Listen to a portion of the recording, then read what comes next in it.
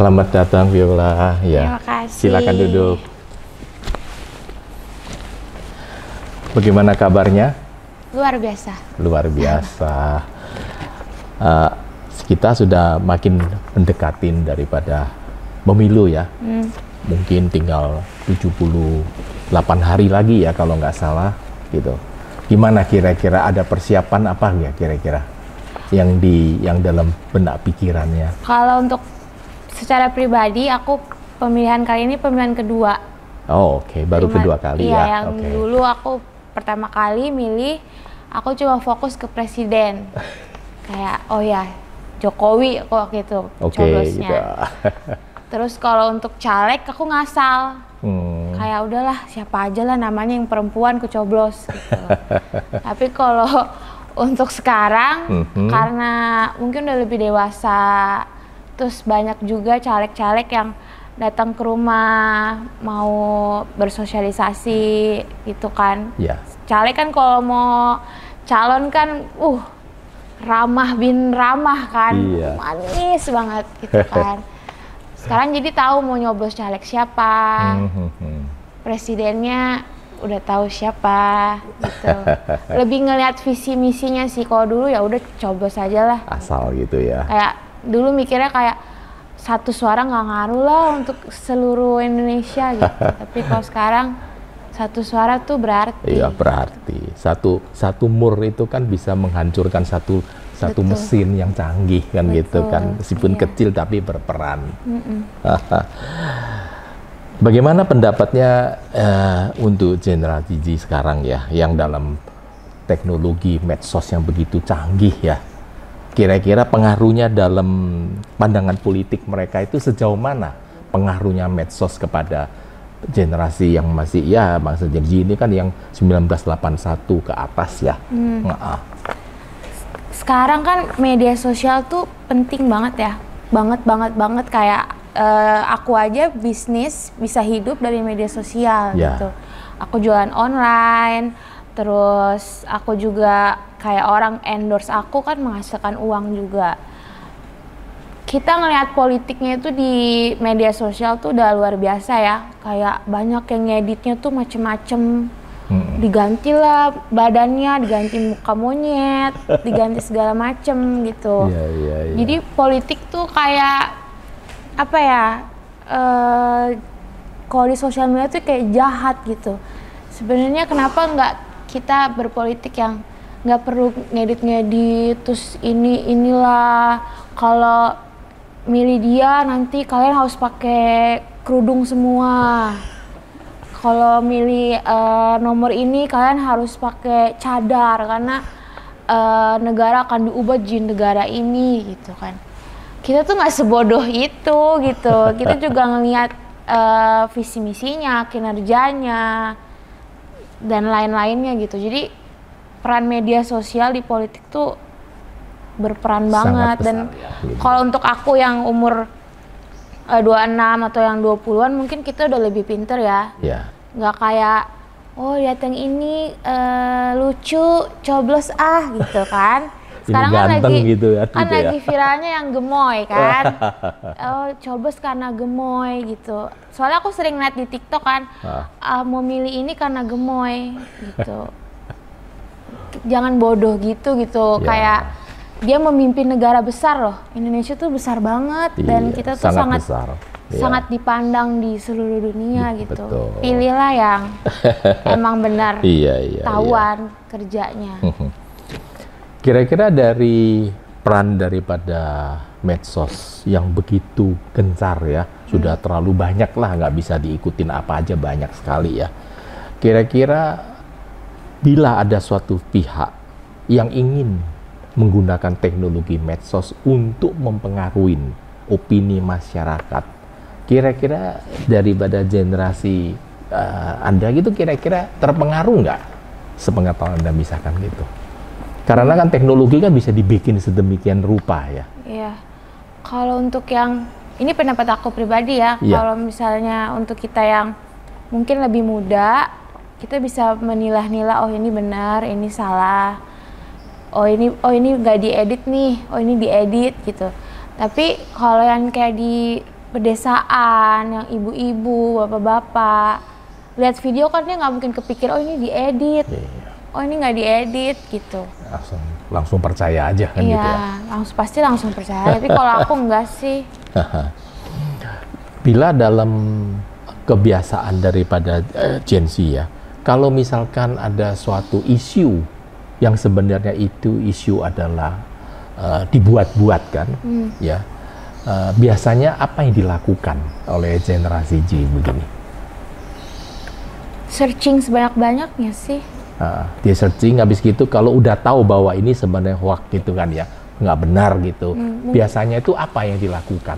Mungkin kalau memberitahukan temen-temen atau ya bagaimana, atau diem gitu. Yang cewek-cewek pasti ngegosip lah. Udah itu nggak bener gitu ya. Itu bohong. Kayak video aku yang kemarin kan aku sempet tuh ngomong masalah politik gitu kan. Terus dibilangnya, oh ini udah kena nasi bungkus nih, udah kena bayaran gitu. Teman-teman aku pada chat-chat aku kan, ya. Aku ngomong, oh enggak, aku nggak dibayar nasi bungkus apapun untuk ngomong gitu. Ya aku mau ngomong, emang aku mau ngomong aja, nggak dilebih-lebihkan gitu. Iya. Ada nggak perbedaan antara generasi Z anti perkotaan sama di daerah kira-kira? Menurut aku sangat-sangat berbeda sih. Iya. Karena pandangan kita juga jauh berbeda.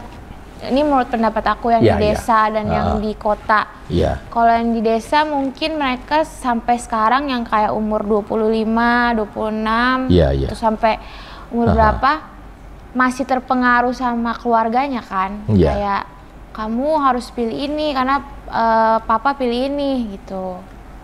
Kalau di pedesaan kayak gitu. Kalau aku ya pilihan aku ini mau mamaku pilih apa ya terserah. Begitu. Kita kan harus berbeda-beda pilihan kan, nggak harus berantem gitu. Sekarang kan kalau politik kan temenan bisa jadi berantem. Iya. Karena lo pilih ini, gue pilih ini. Jadi gitu. bermusuhan ya. Iya. Kira-kira yang dialamin sekarang ya pada umumnya ya, yang generasinya Viola gitu, masih dipengaruhi orang tua nggak? Atau ada pihak-pihak tertentu coba memaksa nggak? Atau mengiming-imingi lah, gua kasih lo amplop ini deh kalau gitu, misalkan lo ikut kasih gitu. Serangan gitu, fajar ya sebelum milih. Iya. Kalau gimana yang dialamin gitu, karena kan generasinya sama kita kan beda jauh ya. Iya, kalau keluarga kan keluarga besar ya di Manado. Ada yang di Manado, ada yang di Jakarta. Kita semua sekeluarga semuanya beda pilihan. Ada yang pilih ini, pilih itu.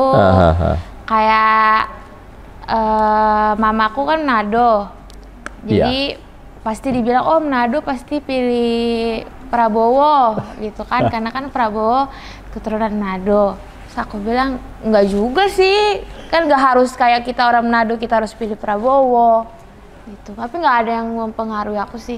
Kayak kita udah pinter, kayak misalnya nanti pas hari H kita dapat serangan fajar ya misalnya, lo pilih calon nomor ini ya, gue kasih duit, ya ambil aja duitnya, nggak usah pilih. Iya, kenapa nggak diambil ya? Iya kan rezeki, kan nanti di dalam TPS kan, emang dia mau ngintip. Iya, dia kan nggak tahu ini coblos apa kan gitu kan. Iya, balik lagi ke hati. Jadi tidak ada yang mempengaruhi. Iya.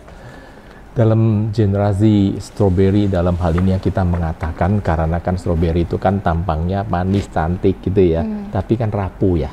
Anak muda itu kan masih rapuh ya, karena kan masih belum mateng ya. Sering galau ya. Gampang dipengaruhin lah.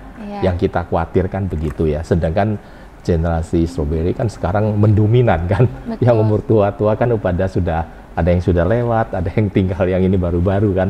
Sebentar lagi kan akan mengambil alih lah kan gitu. Jadi bagaimana pendapatnya daripada generasi strawberry atau Z dalam hal ini ya, kalau ada suatu larangan bahwa anak muda tidak boleh menjadi pemimpin, misalkan pemerintah mengeluarkan peraturan anak muda tidak boleh menjadi pemimpin, apa yang dirasakan oleh generasi strawberry begini? Berarti yang bikin peraturan ya kolot. kan kalau orang udah tua, mas kayak contohnya aja kayak aku dan mamaku. Iya. Mamaku sampai sekarang nggak bisa pesen Grab, nggak bisa pesen online, karena udah tua gitu. Jadi aku suka sebel sama pendapat orang yang tua, karena kita lahir duluan jadi kita lebih tahu. Oh nggak gitu. Ada hal yang orang tua tahu, ada juga yang anak muda tuh jauh lebih tahu. Dari teknologi aja kita udah lebih canggih, lebih tahu penguasaan sosial media juga kita lebih canggih. Kayak orang-orang yang kayak misalnya pemimpin-pemimpin kita, emang dia main sosial media kan nggak mungkin. Emang karyawan dia orang yang udah tua juga kayak umur 60 kan nggak mungkin. Pasti karyawan dia orang milenial lah yang mengerti sosial media gitu. Jadi yang tua-tua bukan kita jadi kurang ajar, tapi jangan kolot, negara tuh udah maju. Coba saling bertukar pikiran. Kasih ruang sama yang muda tuh juga bisa. Jangan dianggapnya karena kita masih muda, belum ada pengalaman gitu. Jadi kembalikan kepada pokok pembicaraan jawaban daripada situ ya. Anak muda itu kan memiliki kesempatan yang sama dengan generasi tua. Betul. Kan setiap orang mempunyai tabiat, karakter atau kemampuan yang berbeda.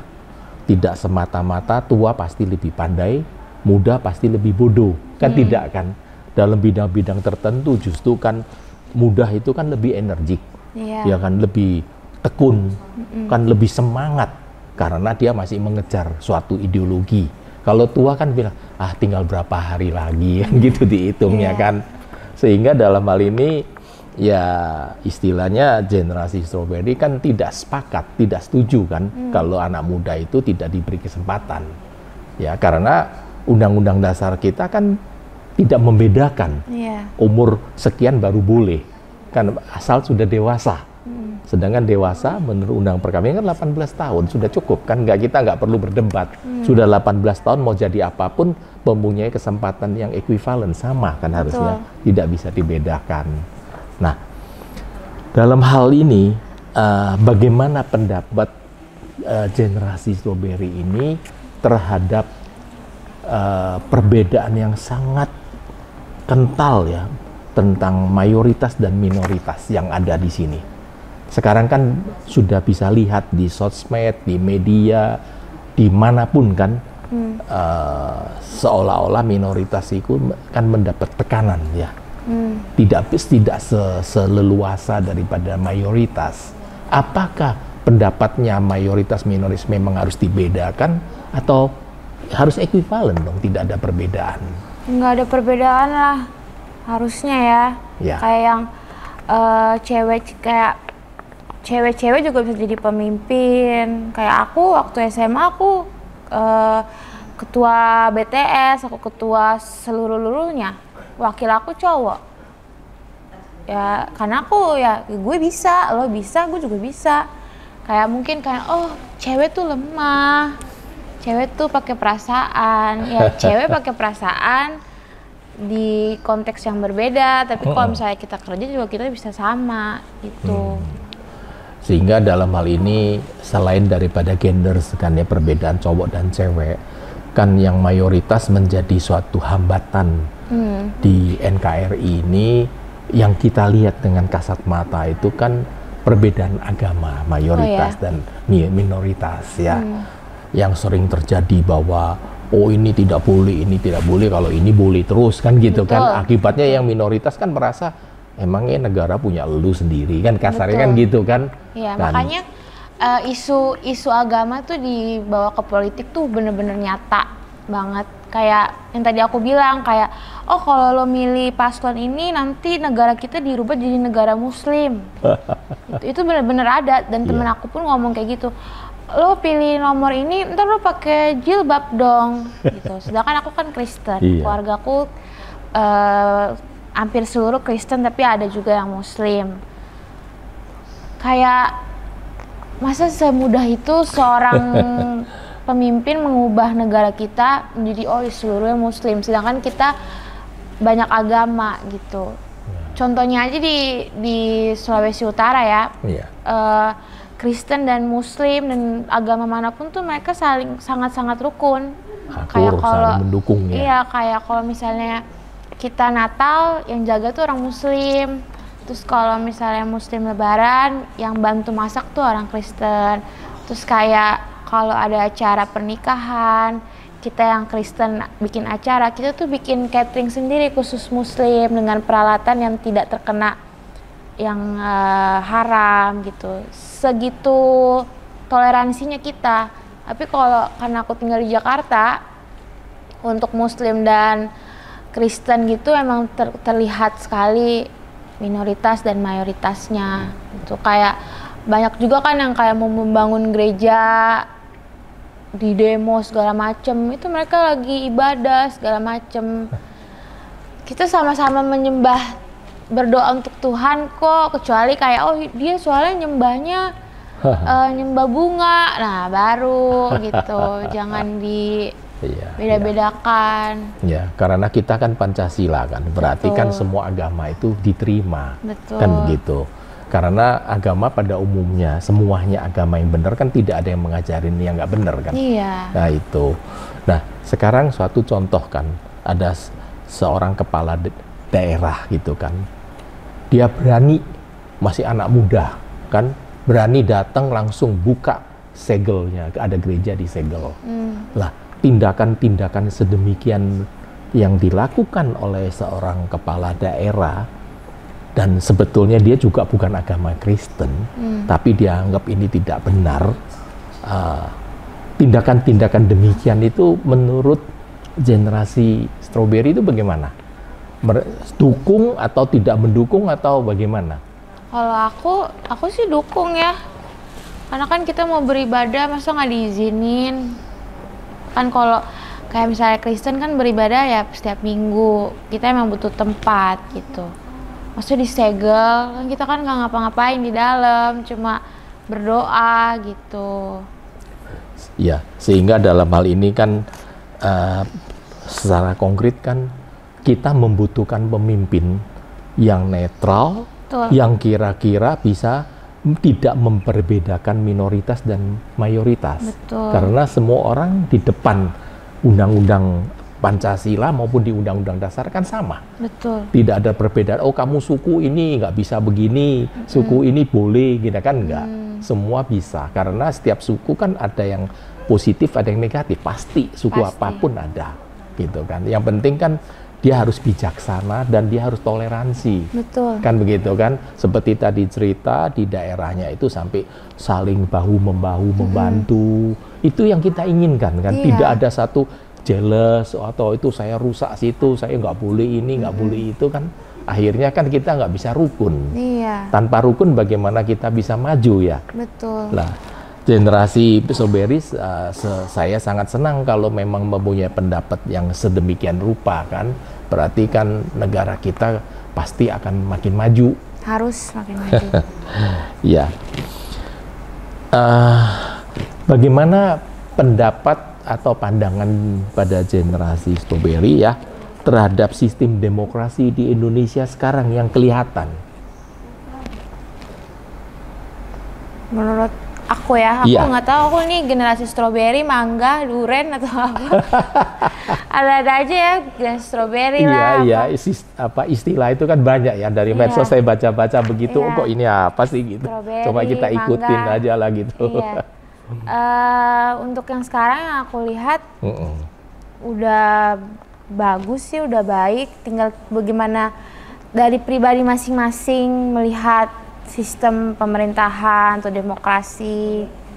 Kayak misalnya kita kan kalau yang muda-muda ini udah hampir 24 jam main sosial media ya. Iya. Tinggal kita memilih-milih, oh ini benar, oh ini nggak benar. Terus kalau misalnya kalian udah tahu bahwa ini nggak benar, ya jangan di-share lagi. Nanti yang, apalagi kalau share-nya di grup yang ada ibu-ibu atau bapak-bapak, dia kan cuma ngeliat doang, oh ini jangan dipilih nih, nanti kita berdosa gitu kan. Jadi ya untuk yang muda-muda lebih pinter juga, jangan jadi kayak sumbu api Nah, yang tua-tua kan udah api nih, jangan kita jadi sumbunya. Jadi kita nge-share-nya lebih yang baik-baik. Jadi kayak pemerintahan itu juga berjalan lancar, didukung. Jangan, oh ini pemerintahan ini nggak bagus nih dia begini. Dijelasin dulu, oh nggak bagusnya menurut pendapat saya seperti ini. Gitu. Jadi lebih santai, lebih chill. Yang muda-muda ajarin yang tua lebih chill, karena nanti yang tua-tua serangan jantung kan. Banyak loh yang meninggal gara-gara mendadak ya. serangan jantung pemilihan. Jadi kayak lebih chill. Yang suka marah-marah kan debat pasti marah-marah tuh. Coba diajak ngopi dulu bapaknya. Supaya turun santai, ya, gitu. santai gitu. Yang pemimpinnya pada santai, yang di bawahnya udah mau mampus kan. Jadi santai. Gitu ya. Bagaimana pendapat daripada ya generasi muda lah ya saya sebutlah ya, pada umumnya lah kan gitu kan, terhadap tindakan-tindakan anti korupsi yang sudah puluhan 10 tahun mungkin sudah 20 tahun ini ya sedang digencar-gencarkan oleh pemerintah. Kira-kira pendapat generasi muda itu sejauh mana terhadap tindakan anti korupsi dan efek terhadap anti korupsi terhadap ekonomi kita pada umumnya? Korupsi di Indonesia luar biasa, sangat luar biasa. Buktinya aja tuh baru ketangkep. Padahal dia yang seharusnya menegakkan ya, dia malah ketangkep. Jadi sejujurnya kalau aku ngeliat kasus-kasus korupsi gitu, aku kayak bercanda kali ini juga disogok balik dia gitu kan. Karena negara kita yang di Papua aja makin banyak yang mati kelaparan loh gitu. Jadi yang mau jadi calon-calon tuh kayak kalian tuh bener-bener emang terpanggil dari hati atau emang pengen makin kaya aja gitu. Karena kasihan banyak yang nenek-nenek, dia butuh makanan, susah makanan, yang di pedesaan. Banyak juga yang anak-anak sekolah masih pakai sendal.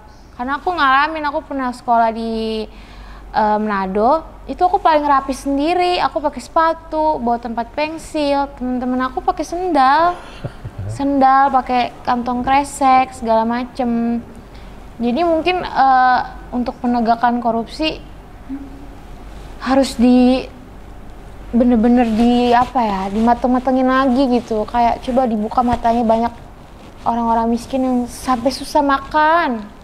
Sampai yang di Papua itu meninggal karena kelaparan. Sedangkan kita yang di Jakarta, yang di kota, buang-buang makanan gitu. Kayak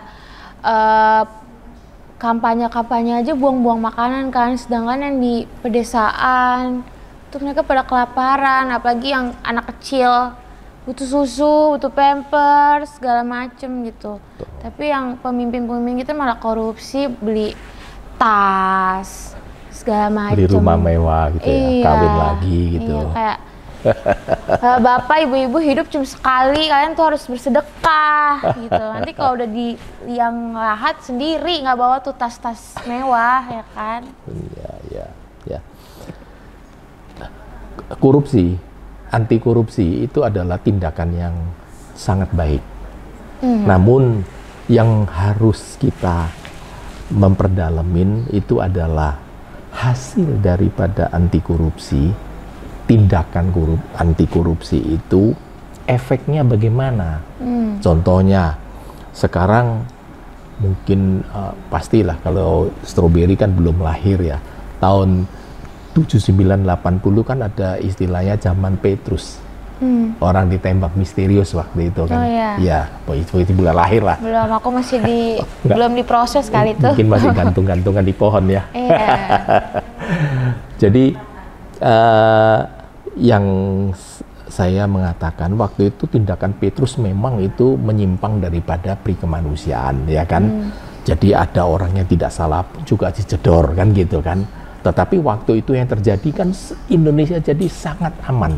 Tidak pintu dibuka pun nggak ada manusia yang berani masuk. Kan gitu kan. Para dedongkot, preman-preman semua hilang. Kabur kan gitu kan. Jadi tindakan itu ada efeknya kan. kelihatan ada efeknya. Nah, sekarang tindakan anti korupsi digencar, makin digencar kan makin banyak korupsi yang keluar.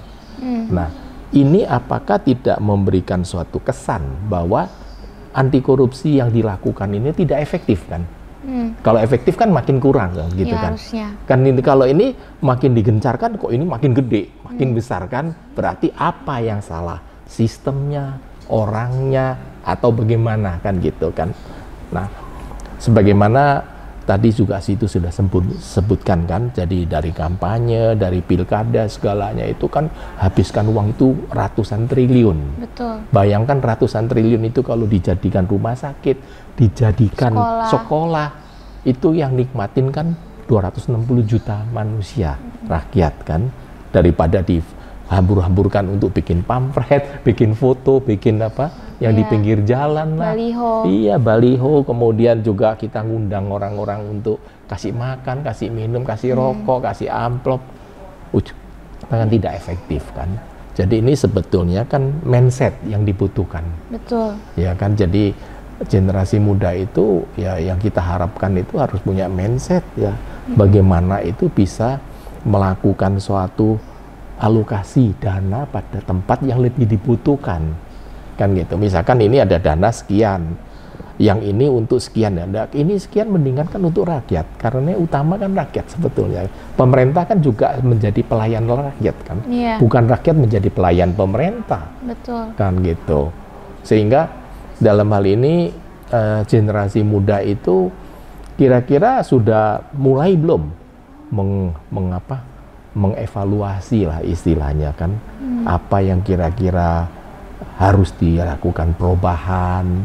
Mungkin karena suatu saat kan generasi muda ini kan akan ganti, pemimpin-pemimpinnya akan diganti generasi muda semua kan. Iya, one day kan pasti mereka akan sana kan. Mungkin yang ketahuan korupsi hukuman mati aja udah, biar gampang, biar nggak, kan dia juga dalam penjara ntar makan pakai uang siapa? Pemerintah lagi. Uang rakyat lagi. Iya. Uang gue lagi tuh lo makan di dalam penjara, ya kan? Lo udah makan duit gue, di dalam penjara lo pakai duit gue lagi. Jadi lebih baik udah hukum mati aja lah. Maksudnya ini pendapat aku ya, jangan nanti di TikTok nih, ini anak muda nggak tahu apa-apa, pasti udah kena nasi bungkus nih gitu. Gue nggak dapat nasi bungkus, emak gue catering, jadi gue nggak perlu gue dapat nasi bungkus, emak gue catering, gue mampu beli makanan sendiri. Iya. Tapi karena aku lihat khususnya di Papua ya kan, yang mereka tuh dapat sepatu seneng banget, sedangkan kita yang di sini sepatu kita mungkin buang-buang. Kayak pemerintah tuh kemana nggak lihat apa bahwa mereka tuh anak-anak bangsa yang mungkin suatu saat mereka jadi presiden, atau mungkin suatu saat mereka jadi panglima atau pangdam gitu kan. Iya, yang jadi pemimpin lah istilahnya. Iya, yang dulunya kecil-kecilnya susah makan, tiba-tiba dia bisa jadi seorang pemimpin yang merubah Indonesia gitu. Terus dikorupsiin gitu. Udah, kalau menurut aku pribadi ya ini ya, udah mendingan hukumannya tuh diganti, jangan yang ringan-ringan. Karena mungkin si yang korupsi ini mikir, gue masuk penjara, ntar kan gue di penjara masih bisa ketemu keluarga gue, masih bisa ketemu teman-teman gue karena besukan. Sedangkan uang yang lo pakai ini mungkin bikin salah satu keluarga anaknya meninggal karena nggak makan. Menurut aku hukumannya ganti aja hukuman mati. Karena di negara mana juga ada kan yang dia korupsi dia hukuman mati. Kalau di Cina begitu, hukuman mati langsung sidang langsung dieksekusi. Makanya Cina maju, ya kan, daripada kita. Jadi udah ganti hukuman mati. Jadi pasti akan banyak orang yang nggak berani korupsi. Misalnya aku yang muda nih 26 tahun. Ketahuan korupsi, aduh gue 26 tahun dihukum mati, jadi kan takut. Mungkin yang nanti kan misalnya hukumannya diganti hukuman mati, terus masih ada yang korupsi, mungkin umur dia udah 97, jadi ya udahlah, ini saatnya gitu. Tapi yang muda-muda kan pasti takut, yang masih 50, 60. Tapi suatu hal kenyataan, hukuman mati dari zaman pertama kali Adam dan Hawa, manusia ada hingga hari ini kan setiap negara itu atau setiap suku itu kan melakukan hukuman mati, hukuman apa. Namun kan kejahatan tidak pernah berkurang. Iya. Ya. Sehingga hukuman mati itu tidak semata-mata efektif. Contoh kan, saya ambil contoh tetangga kita aja yang dekat, kita nggak usah cerita yang jauh-jauh. Malaysia. Dulu itu orang punya 1 gram aja heroin gantung mati. Sekarang Malaysia menghapus hukuman mati. Karena apa? Dia bagaimana ketatnya, dengan ketatnya untuk menghantam narkoba, tetap aja orang masih nekat. Tapi begitu dia sekarang menghilangkan hukuman mati, justru perdagangan narkobanya menurun. Nah, itu memberikan suatu gambaran bahwa manusia itu tidak takut mati, karena perut dia itu lebih penting daripada mati, kan gitu. Yang menurut pengalaman setelah kita analisa, ya, yang paling efektif adalah bagaimana supaya orang tahu kalau korupsi itu memalukan. Keluarganya itu akan menderita malu. Tapi orang Indonesia nggak tahu malu masalahnya. Masalahnya kalau kita bilang mama Malaysia mungkin dia oh ya korupsi malu gitu. Masalahnya orang kita nggak tahu malu, jadi mungkin nggak cocok, nggak gitu. cocok gitu. Kayak Ya. oh bapak gue korupsi ya, yang penting gue ke luar negeri gitu. Nggak peduli uangnya dari Iya. mana gitu ya. Oke, itu kan mindset ya. Mindset Jadi itu mindsetnya orang harus kita pemikiran lah. aku. Kita pikirkan gini, masalahnya perilaku pendapatnya atau kelakuan daripada orang-orang banyak yang begitu, itu kan yang kita yang punya kewajiban bagaimana kita bisa membantu mereka supaya mereka merasa malu. Ya, contoh di Singapura yang dekat aja kan, itu untuk Singapura kan boleh dikatakan di jalanan itu nggak ada sedikit pun sampah, Iya, apapun, betul, bersih banget. sangat bersih kan, karena dia efektif, dia ngajarin itu dari anak SD TK. Karena misalkan saya jalan, saya buang rokok, puntung rokok, terus anak kecil TK ngambil, om, nggak boleh puntung rokok ini harus Betul. masukin tong gini, kita kan malu digituin sama anak kecil. Jadi lama kelamaan semuanya jadi malu. Tapi kan efektif dia, cara mendidiknya itu kan dari bawah kan. Jadi dalam hal ini misalkan korupsi itu, saya tidak mengatakan boleh korupsi sangat tidak benar kan gitu kan. Tapi misalkan seorang koruptor, anaknya tahu, Pak, bapak gajimu cuma sekian, lu kok bisa bawa pulang beli mobil? Gua nggak mau deh, gua malu, gua lebih baik keluar. Gua nggak mau jadi anak lu, misalkan. Digituin kan orang tua jadi stres. Mikir kan, kalau sekarang kan nggak apa, kapan dong? Sebelah udah mobil Mercy nih, sekarang gua kok masih mobil bobrok kan gitu kan. Akhirnya malah mendorong orang tuanya untuk korupsi, karena kan desakan dari keluarga. Betul. Lah, pendapat demikian inilah yang kita seharusnya berkewajiban merubah mereka punya mindset. Bahwa kalau keluarga kamu nggak benar, kamu malu, kamu yang punya kewajiban mengingatkan. Dengan demikian kan akan lebih efektif. Karena memang betul kan sekarang dengan KUHP yang akan berlaku Februari 2026 yang baru, yang produk hukum pidana yang bikinan Republik Indonesia sendiri itu, hukum mati itu memang masih ada, tapi di sana sudah memberikan satu kelonggaran. Dalam 10 tahun berkelakuan baik, hukuman mati akan dirubah menjadi seumur hidup. Berarti kan secara bertahap, ya saya sih kebetulan pribadi saya termasuk, saya tidak setuju dengan hukuman mati. Karena saya pikir nyawa itu Tuhan yang memberikan. Manusia sesama manusia tidak punya hak mencabut nyawa. Tuhan yang boleh mencabut. Kan kalau saya pribadi, tiap orang kan beda Betul. pendapatnya. Kan gitu. Sehingga dengan adanya perubahan ini, tapi kalau sekarang sikapnya itu tidak kita tanam mulai sekarang pada generasi yang masih bayi baru keluar, kan itu kalau misalkan orang sudah telanjur tercetak ya, kita punya otak sudah tercetak, itu kan untuk merubah itu sangat sulit kan. Iya. Kan gitu. Udah batu kepalanya. Jadi misalkan kalau dari bayi sudah mulai kita arahkan, kita mau arah ke mana, mudah-mudahan generasi selanjutnya ini sudah beda, mindsetnya udah beda sama kita, kan kira-kira begitu kan. Seperti contoh kan, saya ngalamin sendiri aja, anak saya yang dari kecil saya sekolahkan sekolah Katolik, ya kan, Beda sama anak saya yang saya sekolahkan internasional. Karakter internasional, sekolah internasional itu udah bener-bener 100% bule. Yang dimana kan kebiasaan bule sama kita itu orang Asia nggak cocok gitu loh. Jadi berantem terus. Kalau hangoutnya makan roti, kalau kita kan makannya nasi goreng. Beda. Ya, sehingga dalam hal ini menurut generasi strawberry atau lebih mudah lah dalam hal ini, apa kira-kira yang terbaik menghadapin membarahnya suasana politik yang sekarang?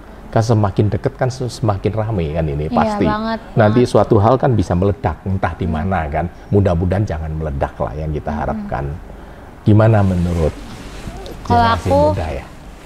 Yang pertama adalah santai, chill aja, chill. Kayak kalau aku kayak lo mau mati-matian nih milih dia, nanti kalau dia udah kepilih dia nggak inget elu, gitu. Kayak santai, pilkadanya santai aja, chill, sambil minum kopi mungkin gitu. Jangan terlalu fanatik gitu kayak oh dia harus menang karena kalau dia menang dia akan kita akan mendapatkan perubahan, makan gratis, ini gratis.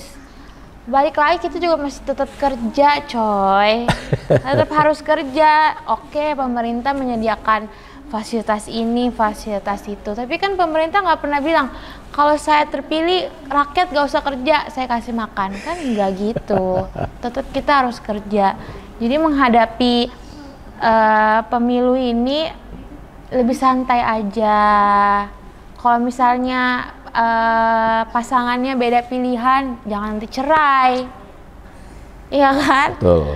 Nanti Pak udah, oh saya pilih nomor ini, kamu pilih nomor ini, kita cerai aja, ya kan? Tiba-tiba yang dia pilih kalah, udah keburu cerai, makanya harus santai. Rujuk lagi. Harus bisa memilah-milah di sosial media kan yang parah banget nih karena lebih banyak orang ibu-ibu juga sekarang main TikTok, main Facebook segala macam dibandingkan nonton TV. Jadi dipilah-pilah kalau misalnya ada berita yang oh ini menyesatkan nih, nggak usah dilihat dan nggak usah di-share. Kalau misalnya lihat sendiri ya udah ditangkap sendiri aja. Ya pilihlah yang panggilan dari hati, jangan karena dikasih saus 50 sama nasi padang. Milih pemimpin buat 5 tahun, maksudnya dibayar nasi padang doang gitu kan. Emangnya nilainya cuma segitu. Iya, jadi dilihat oh si ini kinerjanya seperti ini, hasilnya begini gitu. Lebih santai aja, hidup cuma sekali kan, chill. Jangan gara-gara pemilihan serangan jantung mati, belum nikmatin si pemimpinnya kerjanya udah keburu meninggal. Duluan meninggal ya. Ya, inilah sikap strawberry lah yang kita bilang itu ya. Jadi kita ngadepin adalah dengan kepala dingin ya, dengan santai kan gitu. Oke. Saya ingin menanyakan suatu kasus Fibioli yang dahulu ya, supaya situ nggak perlu merasa sedih kan gitu kan. Seingat saya 2015 kalau nggak salah itu pernah terjadi kasus ya. Anda dianiaya sama orang ya, disiram air keras sampai lukanya parah sekali. Sejauh mana ini sekarang proses daripada tindak kriminal tersebut? Nol. Nggak ada.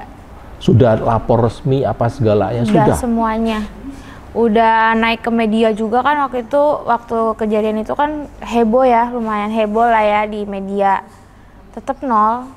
Sampai sekarang nggak ketemu. Nggak. Bisa tahu ditanganin oleh unit apa ya di Poldanya? Jadi dulu laporannya itu awalnya di Polres Jakarta Barat karena kejadiannya di sekitar Jakarta Barat. Nah karena heboh di media, akhirnya dilimpahkan ke Polda. Ya.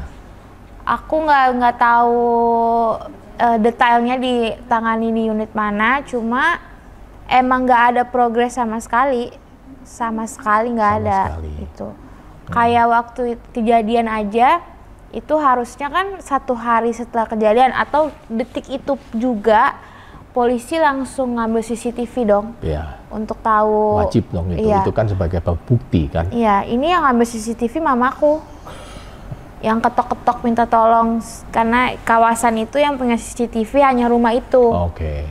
Nah, akhirnya mamaku ngambil CCTV itu kalau nggak salah 1 minggu setelah kejadian karena masih ngurusin aku di rumah sakit. Nah, si CCTV itu diatur setiap berapa hari kehapus. Iya, pasti gitu. kehapus sendiri. Iya, orang waktu itu rekonstruksi kejadian aja yang bikin tuh media duluan sama aku. Iya. Waktu aku bikin baru polisi bikin. Tapi yang hasilnya hingga hari ini tidak ada kelanjutan ya? Nggak ada sama tidak sekali. ada proses. Ada menerima SPDP nggak dari pihak polisinya? Kayak kalau dulu kayaknya dapet deh. Dulu berapa ya. kali. Tapi kalau habis sekarang itu nggak ada. Udah nggak. Pernah ditanyakan lagi nggak kira-kira? Capek. Jujur capek. Ya? Kayak ya udah, oh iya lagi diselidiki, lagi diproses, lagi dicari gitu. Ya, terkesan seolah-olah basa-basi doang gitu ya. Iya, jadi capek. Kalau nggak salah pernah ngadu ke KPAI ya? Iya. Ada hasilnya nggak? Nggak. Nggak ada juga. Nggak. KPAI tidak mengeluarkan sikap? Kayaknya waktu itu cuma wawancara deh. Wawancara aja. Iya. Dia tidak menyuratin penyidik apa segaranya atau dampingin nggak? Enggak. Kalau ngedampingin ke polisi enggak. Enggak ya. Padahal kan kewajiban. Waktu itu umur berapa ya bisa tahu ya? Umur berapa ya? Nah, sekarang aku 26. Masih 17-an, 15, 16. Masih kecil lah, orang masih SMA. Ya belum dewasa lah istilahnya kan. Seharusnya belum strawberry. Kan, iya. Masih mangga. Masih mangga. Harusnya kan didampingin KPAI kan, harusnya kan. Oke. Jadi inilah yang perlu diintrospeksi ya, masing-masing departemen dalam hal ini. Mengapa suatu tindakan kriminal yang begitu kejam, begitu keji ya terhadap seorang siswi kan yang masih kecil kan, yang tidak tahu apa-apa. Bukan suatu hal misalkan cowok situ sakit hati ditinggalin apa enggak gitu.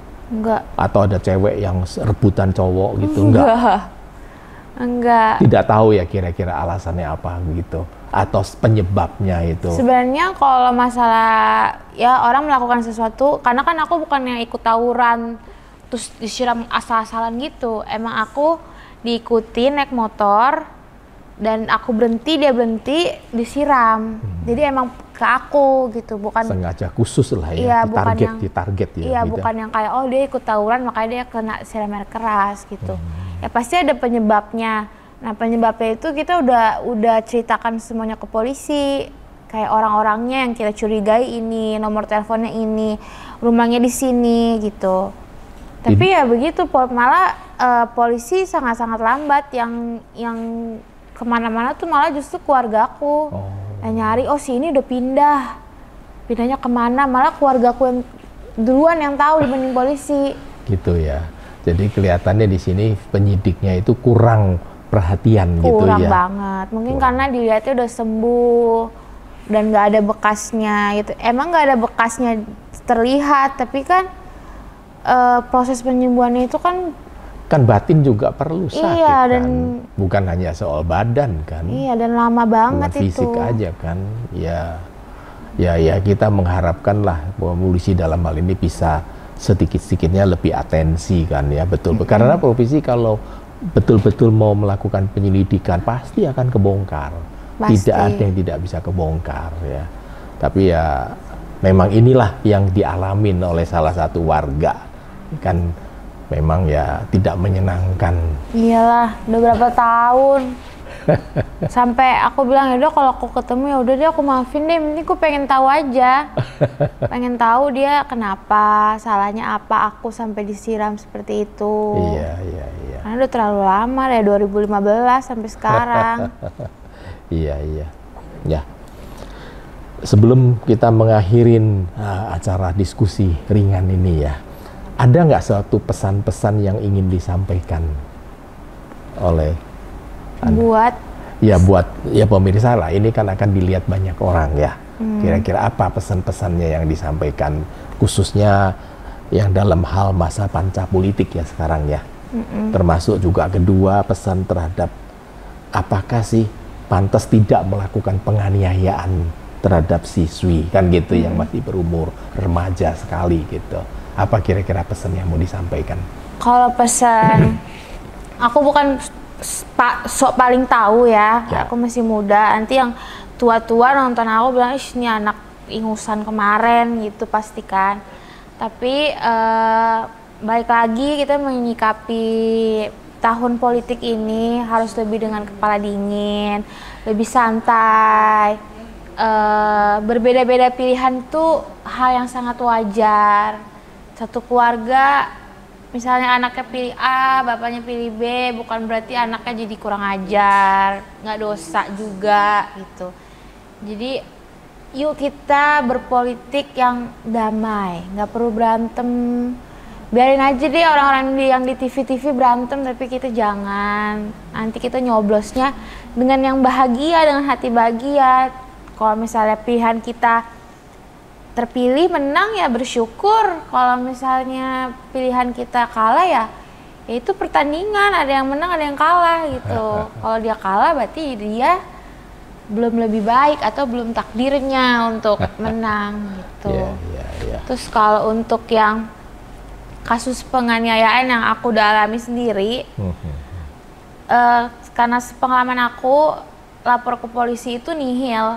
Banyak juga yang bilang kayak misalnya dia hilang motor, dia lapor ke polisi. Udahlah nggak usah lapor polisi, karena biaya lapor polisinya lebih mahal dibandingkan motornya. Karena polisi juga cuma oh ya udah BAP, udah hilang gitu kasusnya. Jadi mungkin untuk ya aparat polisi ya harus lebih, jangan lihat aku udah sembuh, jadi ya udah dia udah sembuh, dia nggak mati kok. Biar aja pelakunya, karena bisa jadi itu jadi contoh untuk orang lain. Oh gue siram air keras orangnya sembuh, gue gak ketangkep, atau itu bakal jadi efek terus, efeknya banyak, mungkin bukan aku doang, tapi bakal efek ke lain-lainnya. Oh gue nyuri ini gue gak ketangkep, oh gue nyiram orang sampai matanya buta gue gak ketangkep gitu. Itu jadi bikin negara kita yang makin negara bodoh gitu sih. Jadi konklusinya bahwa menghadapi tahun politik dengan kepala dingin, tidak perlu terjadi perselisihan atau pertengkaran, apalagi antara dalam keluarga maupun teman atau tetangga. Karena perbedaan pilihan tidak berarti perbedaan suatu permusuhan kan. Itu kan pilihan. Sehingga kedua, dalam hal masalah soal penganiayaan, ya saya hanya menghimbau kepada polisi tentunya kan, Polri dalam hal ini penyidik itu lebih dengan serius dan lebih profesional menangani segala bentuk laporan. Karena kemana lagi rakyat mau mengadu? Satu-satunya penyidik tunggal itu kan polisi. Ya, makanya sekarang orang lebih suka viralin. Diviralin dulu baru polisi kerja gitu. Tapi kan metodenya nggak seperti itu, kita harus lapor polisi dulu, yang benarnya kan kayak gitu. Nah sekarang rakyat kita tuh lebih suka viralin, ketika sudah viral pasti polisi bertindak karena kan malu. Iya. Oke, terima kasih atas waktunya. Sama-sama, terima kasih banyak.